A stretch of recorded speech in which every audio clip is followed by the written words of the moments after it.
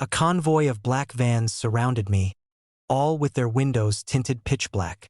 They slid into place without urgency, as if they'd always been there and I'd only just noticed.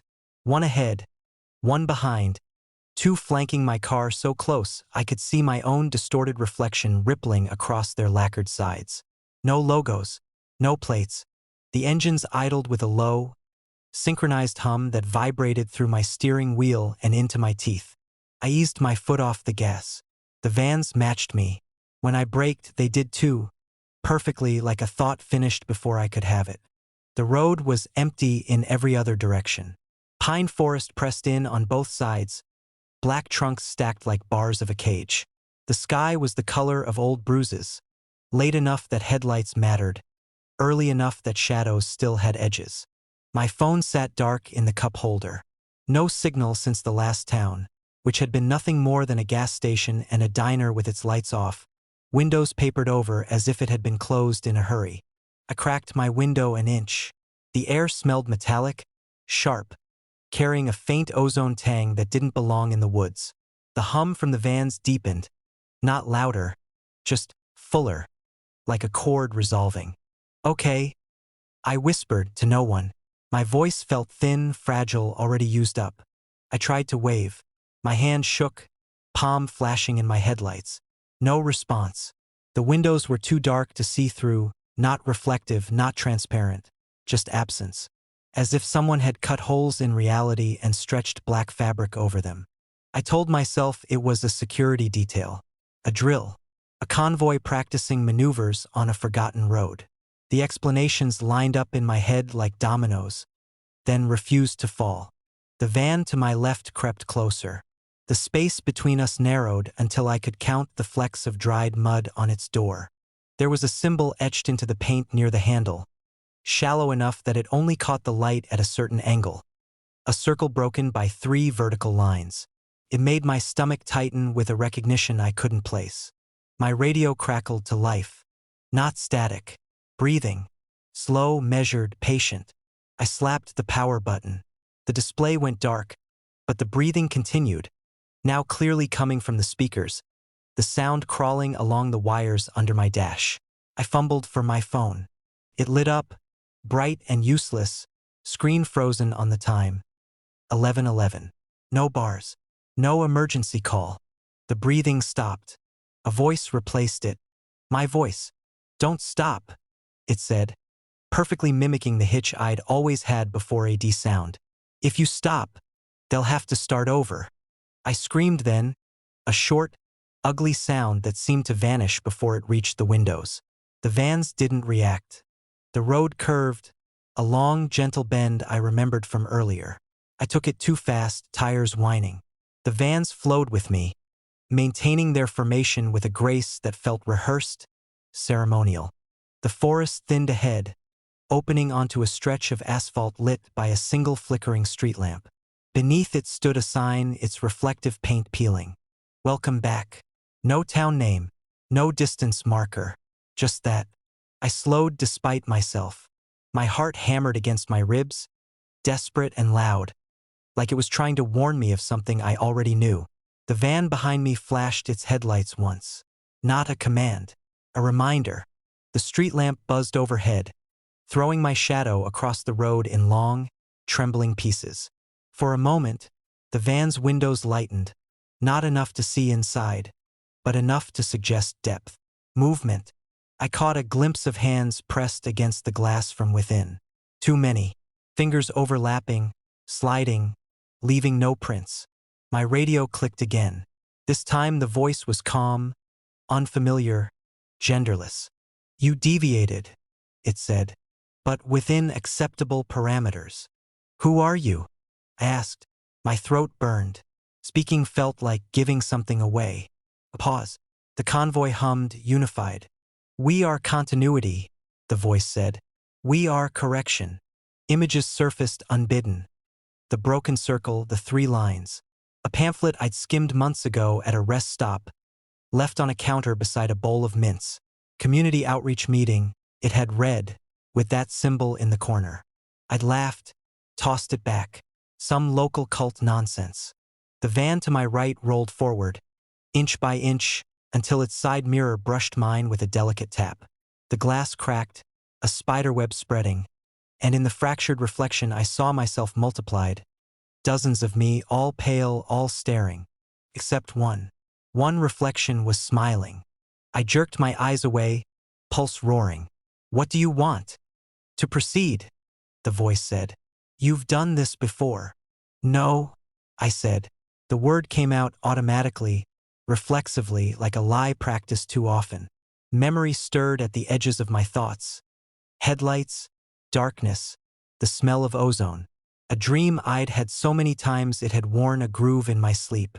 The vans began to move again, accelerating. The road ahead unspooled, straighter than it should have been, the forest blurring into a single dark mass. Signs appeared, too many, too fast, all bearing variations of that same symbol. Exits promised places I'd never heard of. All of them pointed forward. My phone vibrated. A notification, impossibly. Reminder, orientation. Tonight. Attached was a photo. Me standing under the flickering street lamp, hand raised as if in greeting.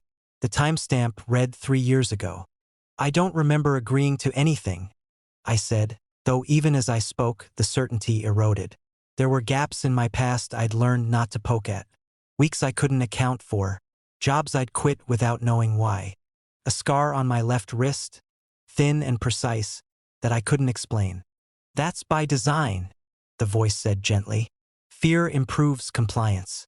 Forgetting improves survival." The van ahead slowed. We approached a wide, empty intersection where the asphalt had been freshly laid. Too dark, too smooth. Cameras crowned tall poles at each corner, their lenses tracking us with insect patience. Beyond them rose a building that hadn't been there before. Low, sprawling, all concrete and glass, windows blacked out like the van's. The broken circle emblem glowed faintly above the entrance. The convoy boxed me in tighter, steering me toward the open bay doors. Lights spilled out, white and clinical, swallowing the road. "Please," I said. The word felt small, inadequate. "I won't tell anyone. I'll disappear." A sound like amusement crackled through the radio. "You already do." As we crossed the threshold, something shifted. A pressure behind my eyes. A sudden, dizzying sensation of falling inward. The light flared, and in that instant, I saw rows of cars identical to mine, parked in neat lines. In each sat someone gripping the wheel, eyes wide, surrounded by black vans. All of them were me. The doors of my car unlocked with a soft, final click. "Welcome back," the voice said. The lights went out. Somewhere in the dark, engines idled, waiting for the next deviation. The asphalt ahead shimmered like water, but the temperature was freezing. I stopped at the edge of it, boots planted on the shoulder where frost had stitched the gravel together in thin white veins. My breath came out in thick clouds, immediately torn apart by the wind sweeping across the empty road. The sky was a bleached, colorless dome, neither day nor night, and the sun, if that was what it was, hung low and dull, offering light without warmth. The road should not have been doing this. Heat shimmer belonged to summer highways, to mirages and long drives through deserts. Here, the air burned my lungs when I inhaled. Ice crusted the inside of my nostrils. Yet the asphalt ahead undulated gently, as if something slow and massive were breathing beneath it. I shifted my weight, listening. No cars, no birds, not even the hiss of distant wind through trees, because there were no trees. The land on either side of the road stretched flat and empty, a vast white expanse broken only by the occasional snow-drowned signpost, its lettering long ago scoured away. I told myself it was exhaustion. I'd been driving too long, stopping too little. The dashboard clock in my car, now a dark shape behind me, had been flickering for hours, unable to decide what time it was. At one point it had read 3:17 for so long that I'd started to feel accused by it. I took a step forward. The shimmer reacted. It wasn't dramatic. No splash, no ripple. But the surface tightened, as if aware of my presence. The illusion of water deepened, reflections forming where there shouldn't have been any. I saw the pale sky wavering in the road, fractured and wrong. Cold crept up my legs immediately, not the numbing cold of snow but something sharper, needled, as if the air itself had teeth. I pulled my foot back. The asphalt returned to stillness. My heart hammered. I laughed once, short and brittle, the sound swallowed instantly by the open space. "Okay," I said out loud. "Okay." I scanned the horizon. The road behind me stretched straight and familiar, tire tracks faintly visible in the snow. Ahead, it vanished into the shimmering distortion, bending light in a way that made distance impossible to judge. I couldn't tell if it went on for miles or ended just beyond my vision. I tried my phone again. The screen lit my hands a sickly blue, battery inexplicably full. No signal. No emergency calls. The map app opened anyway, loading instantly, confidently, as if mocking me. A single blue dot marked my location. The road ahead was unlabeled. Just blank white space. I frowned, zoomed out. The map stuttered, then snapped back to the same view. No matter how far I pulled, the dot stayed centered, the world refusing to expand around it. A gust of wind swept across the road, kicking up loose snow. For a split second, the shimmer thickened, and I thought I saw shapes moving beneath the surface. Long, slow shadows drifting just under the asphalt, like currents in deep water. I squeezed my eyes shut. When I opened them, the road behind me had changed. The tire tracks were gone. The shoulder where I'd been standing looked untouched, smooth and white, as if no one had ever walked there. My car was still parked where I'd left it, engine dark, windows opaque with frost, but it felt farther away than it should have been, subtly receding, like a memory already losing detail. I turned fully toward it and took a step back. The ground crunched, but the sound came a heartbeat late. Another step, same delay. My movements felt misaligned, like my body and the world were no longer agreeing on the order of things. I stopped moving. The cold intensified, pressing in from all sides. It wasn't just temperature anymore. It was presence, felt attentive. "Hello," I called, hating how small my voice sounded. The word echoed not outward, but inward. I felt it vibrate in my chest, my skull, as if the sound had nowhere else to go. A memory surfaced suddenly, sharp and unwelcome. Standing on a road like this before. The same colorless sky, the same impossible shimmer. In the memory, I was crying, begging someone I couldn't see to let me go back. I staggered, clutching my head. "That's not real," I whispered. "That didn't happen." But the memory had weight, texture. The ache in my throat felt old. I looked down at my hands. The skin was reddened from the cold, but beneath that, faint lines traced my palms, thin, pale scars I did not remember earning. They intersected in strange, deliberate patterns, as if something had been drawn there and then erased repeatedly. The shimmer ahead pulsed, not visually, internally, a pressure behind my eyes, a subtle pull, like gravity leaning forward. I thought of warmth, of enclosed spaces, of voices. None of it felt concrete. Everything I tried to picture slid away, details blurring, as though those memories were no longer entirely mine. I realized then that I couldn't remember where I had been driving to. The fact landed softly, but it did not leave. Panic followed, slow and spreading. I searched my thoughts for anchors, names, places, reasons, but they came apart when I touched them. The road behind me offered nothing familiar. The car might as well have been a photograph of a car. Ahead, the shimmer beckoned with terrible patience. I took a step forward before I consciously decided to. The cold surged, immediate and invasive, seeping through my boots, my bones. The asphalt did not break. It accepted me.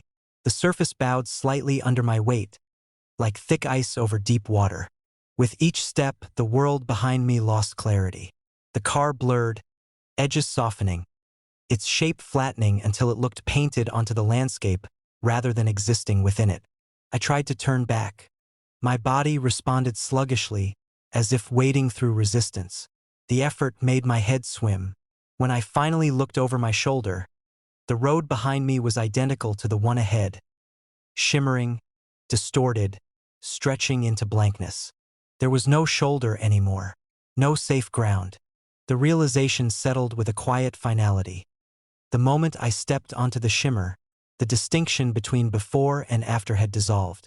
Something moved beneath the asphalt again, closer now.